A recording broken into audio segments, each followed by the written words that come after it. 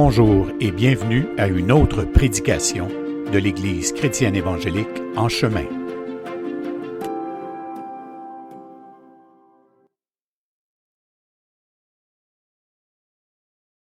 Donc, petite rétrospective, la semaine dernière, on avait parlé des douleurs de l'enfantement. Donc, vous vous souvenez toute l'image que Paul reprend de la femme tout près d'accoucher qui rentre dans les douleurs des derniers jours, à quel point c'est pénible. Puis comment il exprime bien que c'est une image de notre vie terrestre en vue de notre rédemption, puisque il dit « Nous souffrons, nous aussi, qui avons reçu les prémices de l'Esprit, nous souffrons aussi. Comme la création, nous souffrons aussi. » Puis il associe ces douleurs aux douleurs de l'enfantement. Donc de la même façon qu'une femme, avant d'accoucher, est dans d'extrêmes douleurs, mais il dit c'est une douleur qui est à la fois heureuse, parce qu'au bout de la douleur, c'est pas un châtiment, c'est une bénédiction, c'est un bébé, donc c'est une des plus belles choses de la vie. Donc il associe cette image-là au salut, puis c'est une des meilleures images qu'on peut pas trouver, effectivement, si on trouve la vie difficile pour X, Y, Z raisons. Eh bien, à mesure que ces douleurs gagnent du terrain sur nous, à mesure que notre corps se use, bien, on se rapproche aussi d'un bonheur céleste que rien ne peut égaler. Donc aujourd'hui, tournez dans Romains chapitre 8, verset 26. Parce que c'est dans ce contexte de ce que je viens de dire et des autres éléments contenus dans Romains 8 que Paul amorce le verset 26 et 27 qui ont eu une importance importante et peut-être une compréhension qui n'est pas toujours égale parce qu'on associe ce texte-là au Saint-Esprit, ça l'est, mais on lui fait dire quelquefois des choses que l'intention de l'auteur, Paul, c'est pas ce qu'il voulait dire. Donc, lisons, verset 26. « De même aussi, l'Esprit nous aide dans notre faiblesse, car nous ne savons pas ce qu'il convient de demander dans nos prières, mais l'Esprit lui-même intercède par des soupirs inexprimables. Et celui qui sonde les cœurs connaît quelle est la pensée de l'Esprit, parce que c'est selon Dieu qu'il intercède en faveur des saints. » Donc, retenons tout de suite que le « celui » du verset 27, celui qui sonde les cœurs, c'est Dieu. Maintenant, Dieu sonde et connaît les pensées de l'Esprit de Dieu. Et l'Esprit de Dieu, lui, intercède en notre faveur. Il faut tout de suite penser à intercéder, non pas ici tout à fait dans le sens de prier. Intercéder veut dire plaider, tel un avocat qui plaide devant une cour de justice, donc qui parle en faveur d'eux. Mais c'est aussi ça, prier. Mais quelquefois, nous, prier, c'est faire de la requête seulement. Alors que, quand on regarde le sens du mot original ici, intercéder, prier, mais dans le sens de plaider, c'est un peu différent. C'est parler pour une personne, en sa faveur. Donc, vous savez, c'est un peu comme, je pense qu'il y a deux avocats ici, ils vont comprendre l'affaire. Tu sais, quand on écoute des films de justice, là, il y a souvent une situation où le coupable est avec son avocat avant de passer devant le juge, et l'avocat va donner un petit conseil au gars, va dire « ferme-la ». Moi, je sais comment parler à la cour, je sais comment on s'adresse au juge, je sais comment plaider. Toi, si tu ouvres la bouche, tu risques de rempirer ton affaire. C'est vrai, hein? C'est comme ça. Donc, c'est pour ça que si vous êtes mal pris, prenez un avocat. Ça va être ça de même, là. Effectivement, on a vraiment une espèce de copier-coller de cette idée-là. C'est comme si l'apôtre essayait de dire, dans notre faiblesse, verset 26, l'Esprit nous vient en aide. Mais il nous vient en aide en tant que consolateur, le paraklétos. Le paraclé qui est un plaideur. Donc, vous vous souvenez que dans le verset précédent, les versets, c'était les souffrances. On souffre les douleurs de l'enfantement. Donc, c'est relié. On ne peut pas détacher ces textes-là de l'un de l'autre. Ils font suite. Pourquoi? Parce qu'il y a ce qu'on appelle en français une expression, verset 26, qui dit « de même aussi ».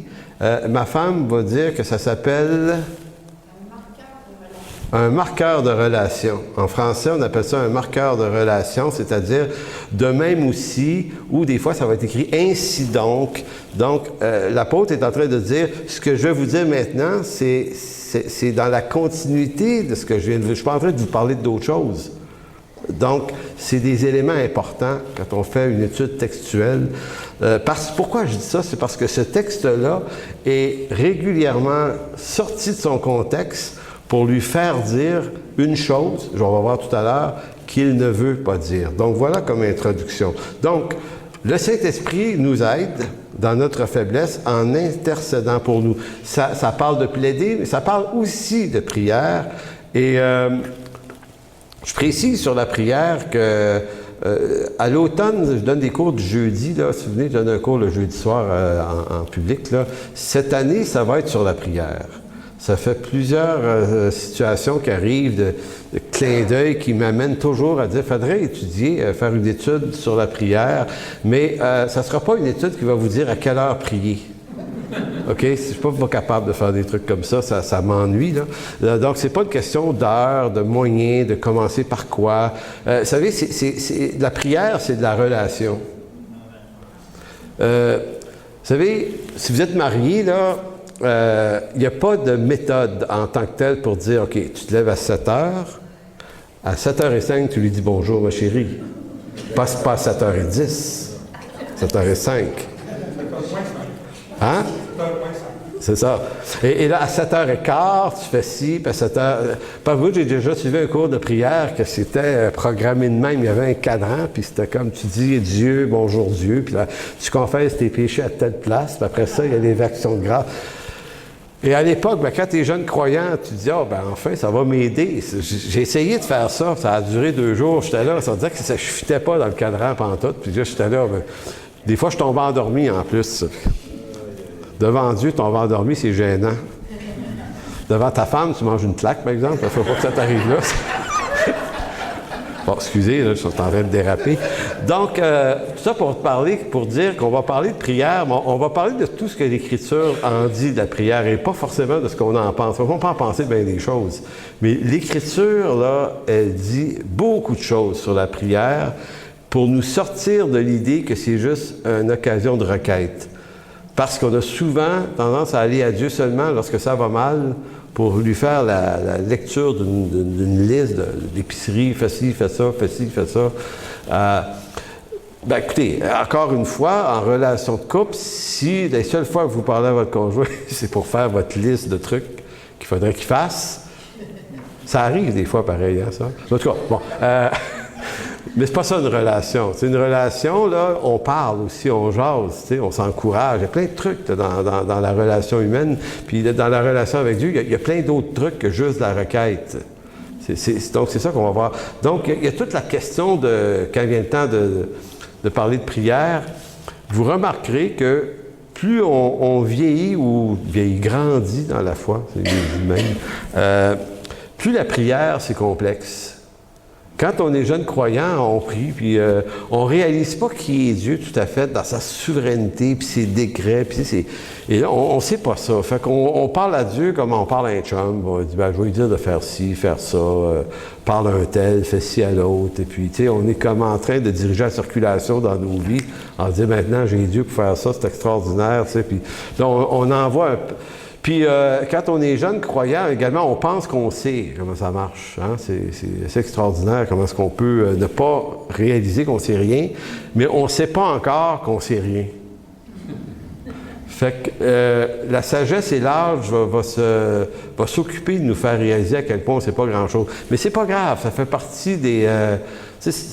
on pourrait encore une fois comparer ça à un enfant avec ses parents. Tu sais, quand il est petit, là, il ne dit pas merci après tout les enfants. Il faut que tu y apprennes à dire merci, en fait. Il ne sait pas, il faut dire. Puis, tu sais, il ne décide pas ce que tu vas lui donner à manger, mais il va le manger pareil. Puis, des fois, il est content, puis il n'est pas content, puis il pleure pour tout, puis pour rien. Puis, quand c'est des enfants, des bébés, ben, tu dis, OK, il y a cet âge-là, c'est correct. Mais, tu sais, à 20 ans, là... Ça ne va pas être de même, là. S'il vous plaît, il faut maturer. Bien, c'est ça, avec Dieu aussi. Donc, mais on entre tous un jour ou l'autre dans une crise plus ou moins importante sur... On réalise comment prier, au fond. Pourquoi je dois prier? Pourquoi ici, dans le pourquoi de la prière? Pourquoi je dois faire ça, moi, de la prière? Parce que vous vous êtes probablement dit, si Dieu sait tout, et il sait tout d'avance ce qui va arriver demain, après-demain, puis exactement tout décrété de toute éternité, qu'est-ce que ça vient changer? Je vais vous donner un exemple. Jésus nous a dit, priez le Père de la moisson d'envoyer des ouvriers dans la moisson. Hein? C'est de l'évangélisation, ça, mettons. Fait qu'il ne nous dit pas de prier pour des perdus. Il dit, la moisson est blanche. Il dit, le problème, il dit, priez pas pour la moisson. Elle est là, la moisson. Il dit, priez pour qu'il y ait des ouvriers dans cette moisson. Bon, on peut parler d'évangélistes, notamment, ou des gens qui ont une capacité d'évangélisation. Alors, moi, j'ai eu un conflit un jour un conflit avec Dieu. C'est pas tout à fait un conflit. On peut-tu avoir un conflit avec Dieu? OK, il dit que oui. D'abord, il y a un conflit. En d'autres mots, je dis au Seigneur, pourquoi il faut que nous, on demande à ton Père d'envoyer des ouvriers dans la moisson alors que tu peux y dire toi-même? Vous savez, il y a des logiques comme ça qui nous saisissent. À un moment donné, tu dis, toi, là, tu parles à ton Père assez directement, il va t'écouter pas mal plus qu'il va m'écouter. Et en plus, vous savez exactement où sont exactement les besoins, qui appeler, comment. Tu sais, c'était comme, pourquoi Dieu, il faut qu'on te fasse savoir ce que tu sais mieux que nous? L'avez-vous déjà eu, ce conflit-là? Ben, c'est ça, c'est mêlant un petit peu. Donc, c'est intéressant de comprendre la prière, puis de sortir, parce que ce genre de raisonnement-là, ça nous fait tourner en rond. Puis ça nous fait se démotiver de la prière. Et au fond, ces questions-là viennent de ce qu'on ne sait pas, au fond, c'est quoi la prière. Donc si on ne le sait pas, bon, on s'invente des raisonnements circulaires qui nous font tourner en rond, puis on se démotive de prier. Alors que la prière, c'est pas nécessairement tout à fait ça. Donc, pourquoi je dois prier, ça c'est une chose. Et l'autre, pourquoi? Il y a deux questions. Pourquoi je dois prier et pourquoi je dois prier? Comprenez-vous la différence entre les deux? Non? Écoutez bien. Pourquoi je dois prier et pourquoi je dois prier? Ben, c'est pas pareil. OK, pour les autres, je vais continuer à le refaire. Excusez. Il y a le pourquoi, pour quelle raison je devrais avoir une vie de prière. Donc, pourquoi il faut que je prie? Et l'autre, c'est pourquoi, pour quelle chose je dois prier. Pourquoi je dois prier, pour quelle affaire. Donc, c'est pour ça qu'il y a deux pourquoi. Je savais qu'on ferait un petit break là-dessus. Bon. Et l'autre question, c'est comment savoir si je demande des bonnes choses quand je prie? Quand on est jeune, croyant, on ne le sait pas ça, mais quand on vieillit, on dit, coudonc, je prie-tu pour la volonté de Dieu? Parce que la naïveté chrétienne, c'est de penser que quand quelque chose ne fait pas mon affaire, elle est de Satan. Et si quelque chose fait mon affaire, elle est de Dieu. Alors que souvent, c'est complètement l'inverse. Dieu amène des situations dans nos vies aussi. Peut-être qu'il se sert du malin, là. Mais des fois, on va être affranchi de quelque chose que Dieu est en train de construire ou de déconstruire dans nos vies. Il y a l'autre affaire, c'est M. Boyce, commentateur que j'aime beaucoup lire sur Romains, qui dit à un moment donné, il dit comment faut-il prier? Dans le sens, faut-il prier en réclamant les choses par la foi? C'est très populaire dans notre temps, mais dans l'Écriture, on n'entend pas les apôtres prier en donnant des ordres à Dieu. On ne donne pas d'ordre à Dieu. On veut connaître la volonté de Dieu, mais on ne peut pas donner des ordres à Dieu. On ne peut pas décréter des choses. Je vois ça passer souvent le matin sur Facebook. Il y a des croyants qui décrètent qu'aujourd'hui, telle chose doit se passer ou telle chose ne pas se passer. Et ils vont dire, je le décrète. Maintenant, le problème, c'est que tout décret divin appartient qu'à Dieu. Il y a juste Dieu qui peut décréter. Nous, on entre dans les décrets de Dieu, on n'en prononce pas, ça fait aucun bon sens de dire une affaire comme ça. Mais si on ne se donne pas une bonne théologie, bien n'importe quoi qui fait notre affaire. Et soit dit en passant, quand la COVID a commencé il y a 2 ans, il y a eu beaucoup de chrétiens qui plaidaient pour que le virus arrête. Bon, Dieu n'a pas répondu. Est-ce que c'est parce qu'ils ne l'ont pas demandé avec assez de foi ou est-ce que c'est parce qu'ils n'étaient pas assez nombreux? Parce qu'il déjà, il disait, unissons-nous. Il y a un prédicateur aux États-Unis, je ne vous le nomme pas, qui lui a calé les États-Unis au complet en disant « Si nous plaidons tout le monde ensemble un décret pour que la COVID arrête, Dieu va l'arrêter. » Donc, et ça n'a pas marché, lui non plus.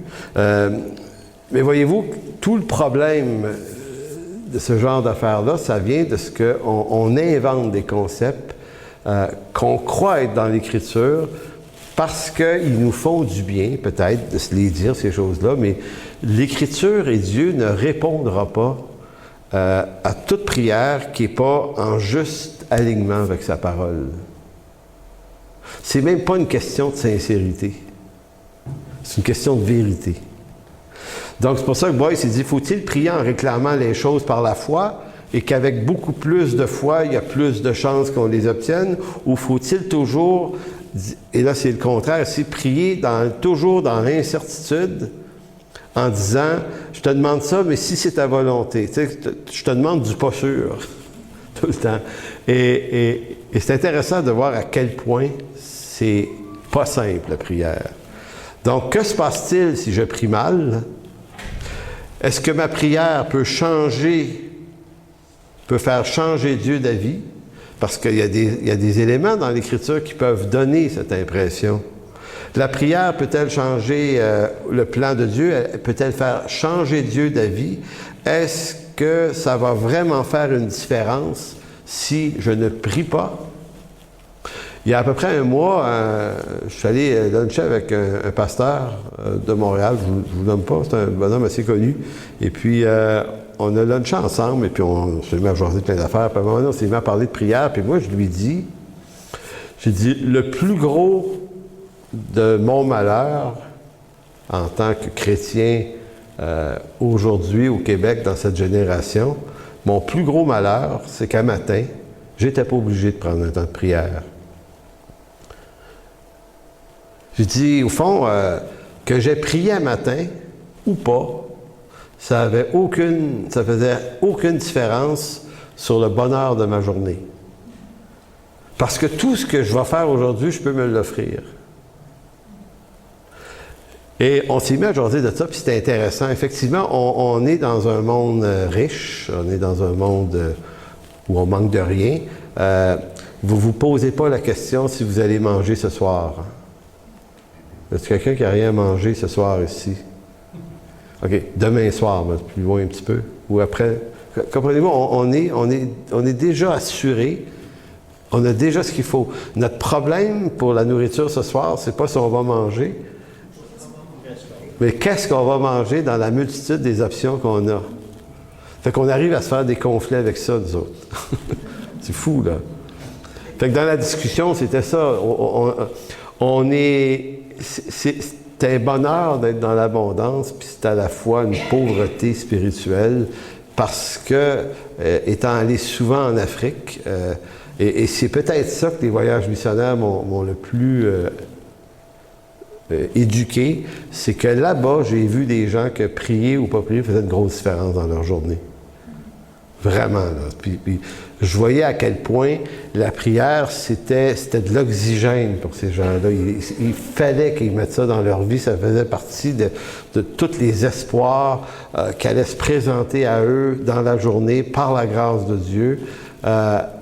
Et on dirait qu'à chaque fois que j'ai fait des voyages dans des régions très pauvres du monde, je suis toujours revenu de là extrêmement embarrassé de ma vie chrétienne à moi. Fait que c'est pour ça que la prière, c'est compliqué, parce qu'on est capable ici, au Québec, de passer des semaines ou des mois en parlant pas au Seigneur, et puis négliger la parole, négliger le corps de Christ. La vie reste aussi bonne ou monotone, c'est selon ce qu'on a comme vie, là, ça ne change pas grand-chose. Fait que c'est pour ça des fois que...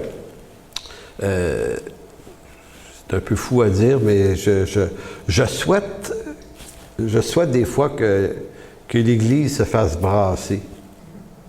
Qu'on entre dans des périodes plus difficiles. Je ne sais pas si j'ai le droit de dire une affaire de même, là. Peut-être pas. C'est la prière plus exacte que de prier pour un réveil, parce que sans le brassage, il n'y aurait pas de réveil. C'est ça. Mais regardez. Donc, pour moi, la grande question, c'est quand la tension se porte contre l'Église dans les endroits où ça arrive dans le monde, la prière, la parole de Dieu, le corps de Christ, l'Écriture, tout ça, là, ça s'élève en valeur. Là, on sait pourquoi. L'unité aussi, elle se rebâtit. Là, on se chicane plus pour des affaires moins importantes. L'unité devient le don le plus précieux au milieu de nous. Fait que c'est comme si, pour moi, j'estime que notre faiblesse, notre plus grande faiblesse en Occident, les chrétiens, c'est notre richesse. Puis la parabole du semeur le dit, de toute façon. Dans les 7 églises de l'Apocalypse, la chose est redite aussi. Et puis, donc, il faut veiller là-dessus. Donc, ça pour dire, puisque nos prières et les attitudes qui les poussent sont souvent incertaines, l'apôtre Paul nous dit que l'Esprit de Dieu se charge de nos prières. Donc, continuons. Le verset 26, qu'on a lu tout à l'heure, commence par une phrase qui établit un lien avec ce qui a été mentionné juste avant. Donc, Paul commence en disant « de même aussi l'Esprit ». Par ce marqueur de relation, Paul fait un lien entre 2 idées, peut-être même 3, dans le texte. Le premier lien qu'il fait, c'est avec la souffrance. Donc, si l'Esprit vient au secours, vient à notre secours, c'est à cause de la souffrance du verset juste avant. Le théologien ou le docteur, je ne sais pas si vous connaissez, il est connu, Martin Lloyd-Jones, qui est un pasteur britannique extrêmement connu, qui a travaillé à la chapelle de Westminster pendant 30 ans, qui est un grand bonhomme. Ses sermons sont lus, il est mort depuis longtemps, mais il y a beaucoup de gens qui lisent ses sermons à lui, là, ses ouvrages. Lui, il nous dit que si on veut comprendre le verset 26 et 27, il faut retourner lire le verset 15, 16 et 17 de Romains. Pourquoi? Et allez là au verset 15, 16 et 17, c'est qu'il dit, puisqu'il est question du Saint-Esprit, au verset 26 et 27, quelle est la dernière fois dans le texte que Paul a parlé du Saint-Esprit et qu'a-t-il dit au sujet du Saint-Esprit? Bien, au verset 15 de Romains 8, « En effet, vous n'avez pas reçu un esprit qui fait de vous des esclaves et qui vous garde à la crainte, mais vous avez reçu l'Esprit qui fait de vous des fils adoptifs de Dieu. Car c'est par cet Esprit que nous crions « Abba Père », c'est-à-dire « Père ». L'Esprit Saint lui-même et notre esprit, je ne sais pas si vous commencez à avoir la corrélation, verset 16, verset 26, l'Esprit Saint lui-même et notre esprit témoignent ensemble que nous sommes enfants de Dieu. Et puisque nous sommes enfants de Dieu, nous sommes aussi héritiers de Dieu et co-héritiers de Christ, puisque nous souffrons avec lui pour avoir part à la gloire. Donc, Lloyd-Jones, pour lui, il dit, vous ne comprendrez rien du verset 26 et 27 si vous n'allez pas d'abord puiser dans le texte qui le devance, où il est question du Saint-Esprit. Et que disent les versets 15, 16 et 17? C'est que le Saint-Esprit, c'est pas juste une présence à côté de nous. L'Esprit Saint, par nouvelle naissance, nous habite en permanence. C'est aussi la raison pour laquelle, lorsque nous souffrons, il souffre avec nous. Il ne souffre pas à côté de nous. Ce n'est pas un accompagnateur de ceux qui souffrent, c'est quelqu'un qui habite complètement la souffrance. Puis, depuis que j'ai compris ça, il y a quelques semaines, parce que ça m'avait toujours échappé avant, ça change ma perspective de la souffrance, même si je ne souffre pas vraiment en ce moment, là. Mais on sait qu'à chaque année, on s'approche du jour où on va recevoir une mauvaise nouvelle nous concernant, parce que j'ai beau pas être prophète, que je vous prophétise que vous allez tous mourir un jour. Forcément. Et ça n'existe pas quelqu'un, c'est très rare quelqu'un qui meurt sans zéro douleur. Tu sais, il y a juste les cas de mort subite en pleine nuit. Tu sais, du monde qui meurt, pouf, en pleine forme, ils ne se sont pas réveillés le lendemain, ça a fini là, bang, c'est fini. Bon, mais généralement, c'est par la maladie, l'usure du corps et tout ça. Donc, c'est comme si l'apôtre Paul essaie vraiment de nous dire, quelle que soit la souffrance qu'on a, qu'elle soit physique, morale, mentale, peu importe les raisons, toute souffrance, quelle qu'elle soit, même celles qui sont de notre propre faute, ont toutes une même origine, c'est la chute et le péché. De toute façon, c'est à cause de cet événement-là qu'on souffre d'une manière ou d'une autre. Mais de toute façon, toute souffrance que nous endurons sont endurées par lui aussi en même temps et il nous habite. Plus encore,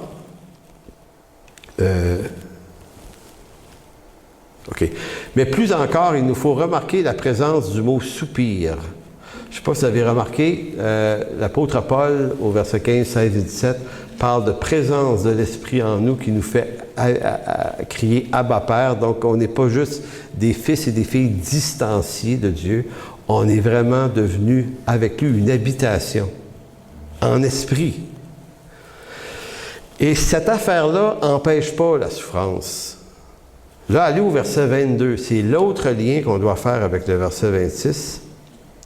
C'est qu'il faut remarquer la présence du mot « soupir inexprimable ». Tu sais, Paul, au verset 26, il dit « des soupirs inexprimables ». Maintenant, encore une fois, quand on s'intéresse à un texte, il faut se demander si Paul invente l'expression-là ou s'il y a un corollaire juste avant. Ben, au verset 22, il dit « Or, nous savons que jusqu'à ce jour, la création entière soupir. » Avez-vous remarqué? Il est question de soupir inexprimable au verset 26.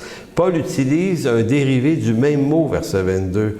La création soupire et souffle les douleurs de l'enfantement. Ce n'est pas seulement elle, mais nous aussi qui avons les prémices de l'Esprit, nous aussi nous soupirons. Encore soupir une deuxième fois. Soupirons en nous-mêmes en attendant l'adoption, la rédemption de notre corps. Et si on va lire en droite ligne, c'est de parler français comme il faut. Donc, si on lit les versets 22, 23 et qu'on va direct au verset 26, puis là, je vais le refaire, versets 22, 23 et 26. Voyez ce que ça va donner. Or, nous savons que jusqu'à ce jour, la création toute entière soupire et souffle les douleurs de l'enfantement, et ce n'est pas elle seulement, mais nous aussi, qui avons les prémices de l'Esprit, nous aussi, nous soupirons en nous-mêmes en attendant l'adoption, la rédemption de notre corps, verset 26. De même aussi, l'Esprit nous aide dans notre faiblesse, car nous ne savons pas ce qu'il nous convient de demander dans nos prières, mais l'Esprit lui-même intercède par des soupirs. Donc, vous avez le mot « soupir » qui revient à répétition. Donc, que veut dire « soupir inexprimable » ? Certains ont parfois pensé que les soupirs avaient peut-être un lien avec le parler en langue. En fait, non, pas du tout. En tout cas, pas ici. On peut penser ailleurs, mais dans ce texte-là, c'est pas ce que l'apôtre a en tête du tout. Si vous sortez le texte, ce verset-là, de son contexte, alors là, il est possible de faire dire tout un tas de choses à ce texte-là. Mais si vous le regardez dans son contexte, bien là, vous rejoignez l'intention que Paul avait. Puis ce qu'on veut savoir d'un texte, c'est pas ce qu'on peut en penser. C'est ce que Paul en pense. C'est lui l'enseignant. Donc lui, là, il répète 2 reprises avant le mot « soupir ». Il parle du Saint-Esprit, il parle de notre appartenance, notre adoption au Père, et il parle de souffrance. Donc l'action de l'Esprit ici n'est pas en lien avec les dons spirituels, mais avec la souffrance dont est accablée de un, la création, ensuite les croyants eux-mêmes, et qu'attendent-ils tous les deux? Ils attendent la rédemption finale de toutes choses. Et c'est dans ce contexte-là, Paul dit que le Saint-Esprit nous accompagne, lui, dans la souffrance déjà présente de la création et du croyant. Donc, c'est comme si Paul disait, lui, là, puisqu'il nous habite, il soupire avec nous, cette affaire-là. Il l'endure aussi, mais il fait plus que ça. Les soupirs ne font pas une référence, les soupirs ici ne font pas aucunement référence à des mots. Parce que si quelqu'un va dire, il intercède au sens que il prend nos souffrances puis il les traduit en mots, oui et non. Le soupir ici, c'est une sensation, c'est une agonie dans le texte original. Donc, les soupirs ne font pas référence à des mots, mais à de l'agonie endurée pour lesquels il n'y a justement pas de mots. Donc, le problème, c'est pas comme s'il fallait absolument mettre des mots, mais c'est comme il y a des moments dans la vie, il ne faut absolument pas justement en mettre. Et c'est comme si Paul disait, taisons-nous des fois dans le malheur. Et laissons l'Esprit Saint prendre ça, amener ça au Père et intercéder, plaider. Plaider ces soupirs-là qui n'ont pas d'expression, qui n'ont pas de mots, qui pour nous n'ont pas de signification, n'ont pas de sens. Plutôt que de multiplier les paroles vaines pour essayer de les expliquer par toutes sortes de moyens, parce qu'on vient tout mêler, c'est un peu comme si Paul dit, puisque l'Esprit nous habite, c'est lui qui va nous secourir. C'est parce que nous souffrons dans l'attente de la rédemption que nous ne pouvons rien faire pour y changer quoi que ce soit, et qu'au cœur de cette agonie, nous ne trouvons pas les mots pour prier, que nous ne savons pas même quoi demander. C'est pour cette raison que l'Esprit Saint qui habite en nous reprend et intercède pour nous auprès du Père ces soupirs, qui sont inexprimables. Autrement dit, puisque nous ne savons pas comment nous-mêmes intercéder pour nous-mêmes, l'Esprit en tant que consolateur, et consolateur, si vous voulez faire une étude, vous allez dans Jean 14, Jean 15, Jean 16. C'est à ce moment-là qu'on comprend l'importance du Saint-Esprit, puisque Jésus commence à annoncer à ses disciples qu'il doit partir. Et il leur dit, je vais vous envoyer un consolateur, l'Esprit de vérité. Et là, vous avez, c'est presque une petite protestation que les apôtres ont l'impression, on a l'impression qu'ils disent, non, excuse, mais va-t'en pas, là, reste. Non, il dit, il vous est avantageux que je parte. Il faut que le consolateur vienne, parce que l'œuvre du Saint-Esprit, c'est pas tout à fait la même œuvre que le Fils. C'est pour ça que la Trinité est extrêmement importante en théologie chrétienne. Le Père et le Fils et le Saint-Esprit se distinguent, bien qu'ils sont un, mais ils se distinguent également dans les, appelons ça les vocations. Le Fils, lui, a l'aspect expiatoire du péché, et l'Esprit Saint, lui, a la nouvelle vie. Lui, il produit cette nouvelle vie. Si l'Esprit Saint ne reproduit pas en nous une nouvelle vie, Christ est mort en vain, inutilement. Vous voyez un peu l'idée?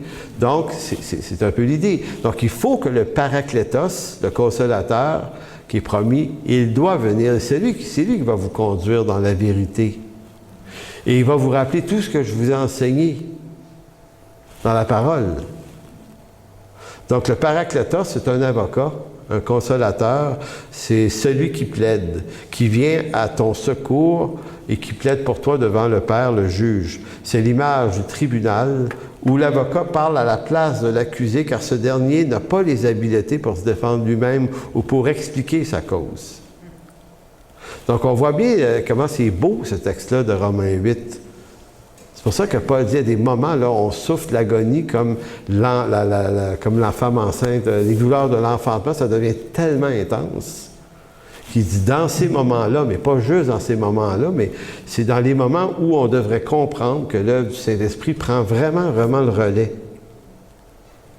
Et nos souffrances, c'est comme quelque chose que Dieu comprend, mais que Dieu vit avec nous. Donc, même si on ne trouve pas les mots pour exprimer ce qui est nécessaire à notre délivrance, Dieu les connaît. Dieu les donne. L'Esprit Saint les donne. Les requêtes de nos soupirs, traduits par l'Esprit en requêtes, sont traduits, mais selon la volonté de Dieu. Verset 27, là, c'est vraiment précis, là. Romains 8, 27. « Et celui qui sonde les cœurs, Dieu, connaît quelle est la pensée de l'Esprit, parce que c'est selon Dieu qu'il intercède en faveur des saints. » Je sais pas si vous avez déjà vu à quel point c'est riche. Ce qui est en train de se dire ici, là. Donc, c'est un peu comme si nous, si on le disait, on le dirait tout croche. Comme un accusé. On voudrait se défendre devant le juge, ça sortira en délire. Et ton avocat, lui, va dire, tu connais pas les lois, tu connais, il y a une façon, il y a un protocole, il y a des... Laisse-moi parler au juge. Donc, c'est exactement ce que l'Esprit Saint fait. C'est comme s'il disait, regarde, calme-toi, moi, je porte ta cause devant le Père, mais moi, je vais l'amener dans les mots du Père, selon sa volonté à lui. Ça, c'est pas mal plus sûr que ça va être gagnant. La difficulté de la prière. La prière est un problème pour tous les chrétiens parce que la faiblesse humaine fait en sorte qu'on en vient à ne plus trop savoir quoi demander. Et plus on vieillit dans la foi, plus la prière peut devenir quelque chose de confus. Plus on comprend à quel point Dieu est grand, plus on comprend qui il est, son caractère, sa souveraineté, ses attributs, tout ce que Dieu est dans sa puissance, son immense grandeur, plus on a un vertige devant lui. Selon plusieurs commentateurs, ici, pas Dieu, mais Paul veut rassurer les chrétiens de Rome, même dans la prière, pas juste dans leur salut, parce qu'il leur parle de leur rédemption, pardonner des péchés par la grâce, il y a tout ça dans la lettre aux Romains. Il n'y a plus de condamnation pour ceux qui sont en Jésus-Christ, mais c'est comme si, au verset 26-27, Paul pousse l'œuvre et la hardiesse de l'œuvre de Dieu un pas plus loin. Il dit non seulement ça, mais il intercède lui-même pour vous. Donc, c'est pas juste qu'il vous a sauvé puis il vous a bien placé. Maintenant, débrouillez-vous pour dire au moins les bonnes affaires à Dieu. Tu sais, comme si Dieu disait, hey, on est-tu assez fait pour vous autres, là? Tu sais, arrangez-vous pour être capable de me dire des affaires intelligentes, là. C'est comme si Paul disait, c'est pas sûr qu'on va dire des choses intelligentes à Dieu, mais c'est sûr que l'Esprit Saint, lui, va savoir les traduire en mots qui correspondent à la volonté de Dieu. On s'en va vers la fin maintenant. Il est de l'habitude des jeunes chrétiens d'exprimer une multitude d'avis sur Dieu et sa parole, comme si tout était suffisamment clair pour se faire une juste idée de la doctrine chrétienne. Ce que je veux dire, c'est que quand on est jeune croyant, puis c'est pas grave, là, mais c'est pas grave, mais c'est grave si on reste de même, c'est-à-dire qu'on exprime beaucoup d'affaires au sujet de Dieu. Beaucoup d'affaires, beaucoup de certitudes. Tu sais, moi, aujourd'hui, je réfléchis à des trucs que j'ai dit là, dans mon passé. Ça fait longtemps que je prêche la parole, puis j'ai mes notes. Puis j'ai écrit 500 articles un jour ça s'appelait « Le point de vue de Dieu ». J'ai fait ça quand j'étais au Saguenay. Je publiais un article par semaine dans le journal de la région. Et puis, à un tiers de page. Puis, il y avait 50 000 lecteurs qui lisaient ça. Quand même pas pire. Fait qu'il fait ça pendant 10 ans, à tous les dimanches. Et il y a 52 dimanches par année, multiplié par 10 ans, on arrive à 500 quelques articles.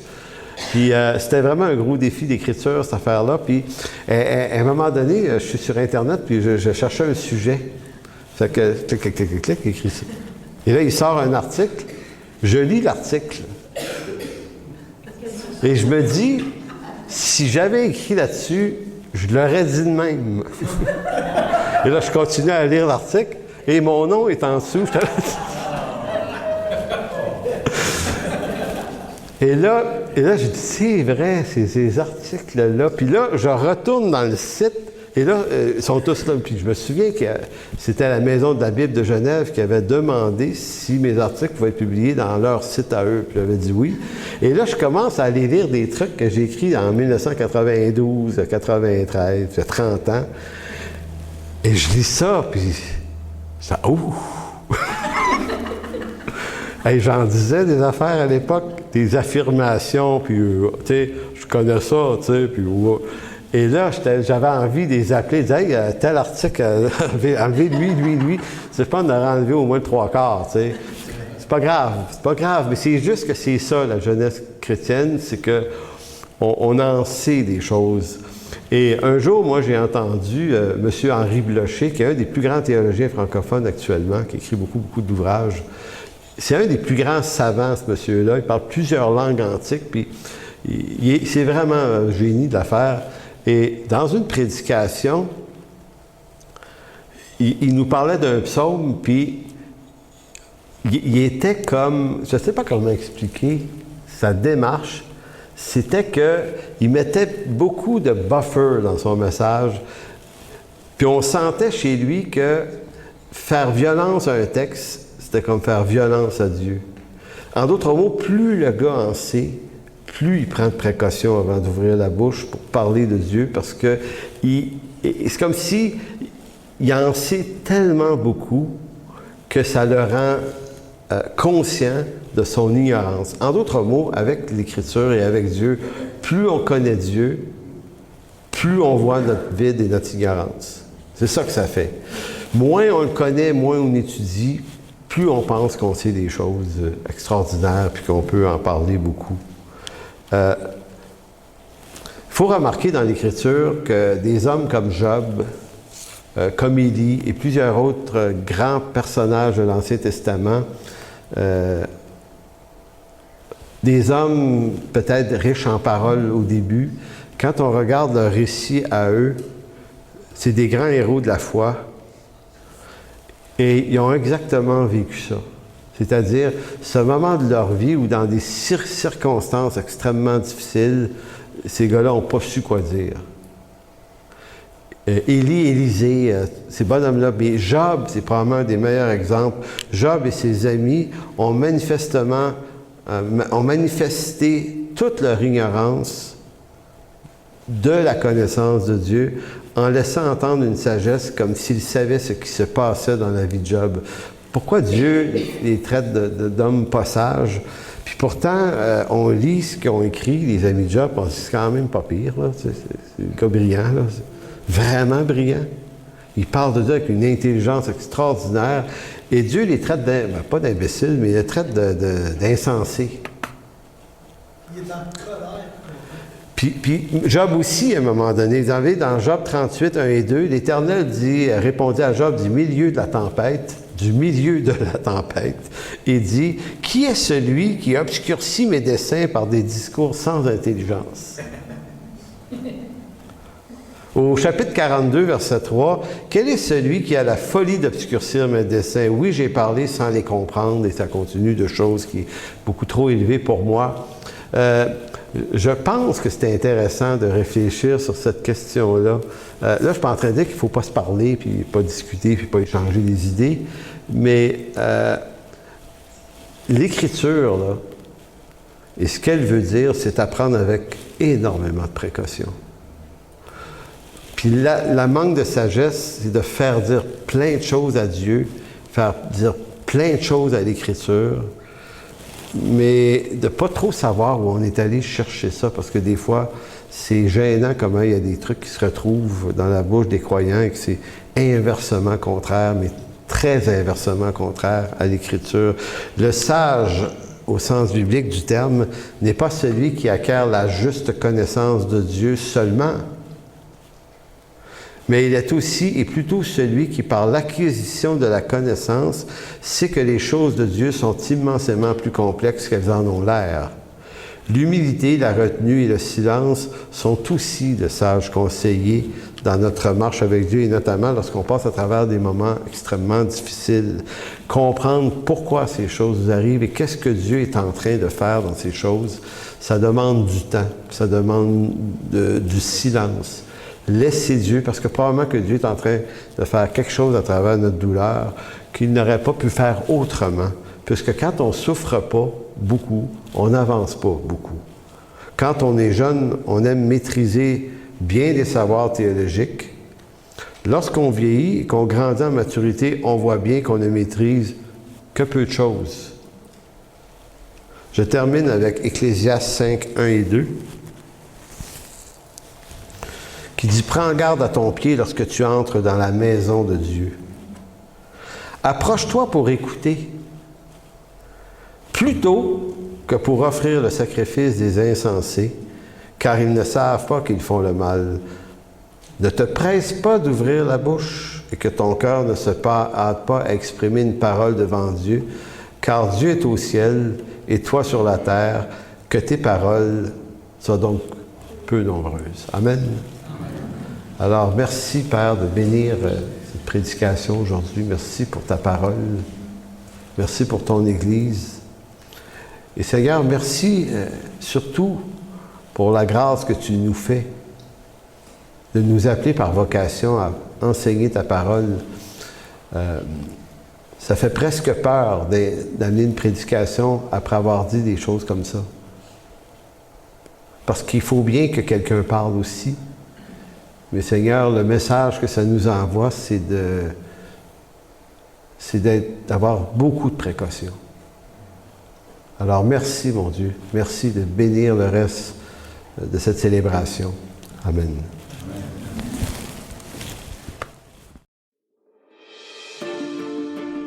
Pour toute information, n'hésitez pas à communiquer avec nous à info@église-en-chemin.com.